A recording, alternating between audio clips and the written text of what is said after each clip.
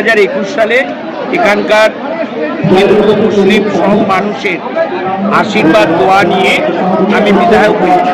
তখন থেকে যেমন এই রমজান মাসে ইফতার দিন, ঠিক তেমনি দুর্গা পূজাতে আমার হাজারো হাজারো গরিব মায়েদের আমি তাদের হাতে কাপড় তুলে যাতে নতুন বসত করে মায়ের কাছে তার পূজাটা দিতে পারে।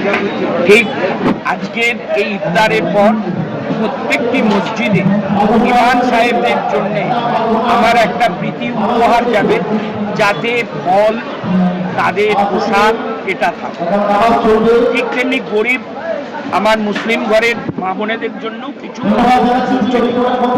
এই বাংলা সম্প্রীতির বাংলা, এই বাংলার সংস্কৃতি হিন্দু মুসলমান খ্রিস্টান বৌদ্ধ শিখ জৈন পারসিক সব বিশ্বাসের অর্থ আর মানবতা এই হৃদয়।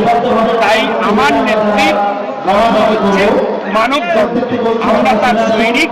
এই সবাই সেই মানবতার ধর্মে আমরা আবদ্ধ, তাই সব ধর্মের সব স্থানে আমি।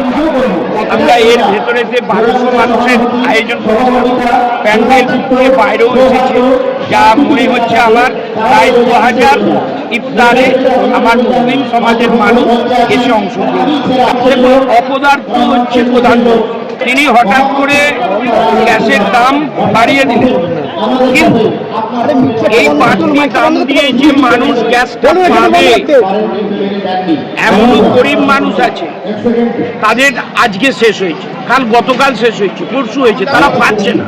সব মানুষ আগে ব্যবস্থা করে একটা সিস্টেম, এ তো সিস্টেম জানে না, শুধু মানুষকে লাইনে দাঁড় করা।